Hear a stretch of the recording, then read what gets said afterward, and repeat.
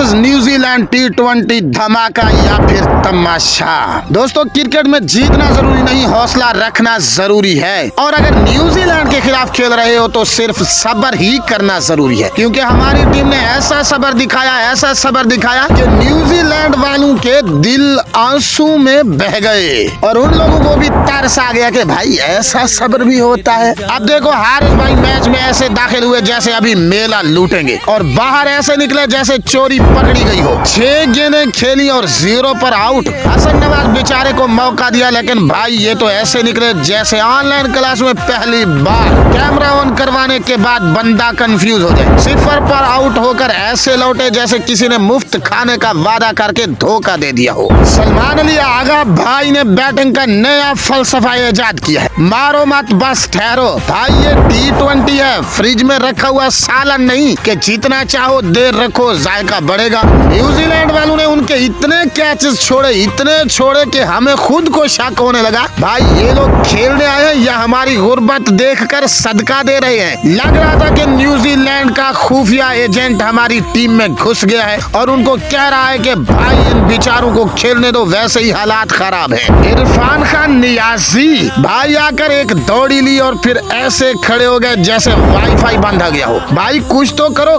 कम से कम हाथ ही हिला दो कि पता चले तुम भी खेल रहे हो। शताब भाई की बैटिंग देखी भाई, इनसे ज्यादा तो नानी अम्मा चरखा चलाती है। 6 गेंदों पर 3 रन और बॉलिंग में भी ऐसा लोहा मनवाया कि न्यूजीलैंड ने कहा भैया ये तो अपने ही काम का बंदा है, इसको छोड़ो दूसरों पर ध्यान दो। खुशदिल शाह भाई ने आखिर में छक्के मारे, लेकिन भाई वनडे नहीं खेल रहे, T20 है। सुस्ती का मुजाहरा इतना कि लग रहा था जैसे चाय के बाद नींद आ गई हो। पाकिस्तान की पूरी टीम 91 रन पर आउट हो गई। भाई न्यूजीलैंड वाले गर्म पानी में नहाने निकले थे, तब तक मैच ही खत्म हो गया। हमें लगा चलो पिच मुश्किल है, उनको भी मुश्किल होगी, लेकिन फिर क्या हुआ। शहीन भाई आपसे ऐसी उम्मीदें थी जैसे परचू से पहले सारी रात जागने वाले स्टूडेंट को होती है, लेकिन 2 ओवर में 17 रन। ये तो वही बात होगी कि भाई पर्चा देखकर पता चला जो पढ़ा तो वो पेपर में आया ही नहीं है। हमें लगा कि न्यूजीलैंड कम से कम 15 ओवर में ये हदफ पूरा करेगा, उन्होंने तो 10 ओवर में हमें पीट कर रख दिया। लेकिन भाई उन लोगों ने ऐसे आसानी से मैच जीता जैसे बचपन में अम्मा 2 रोटी ज्यादा डाल देती थी और बंदा एहतजाज भी नहीं कर सकता था।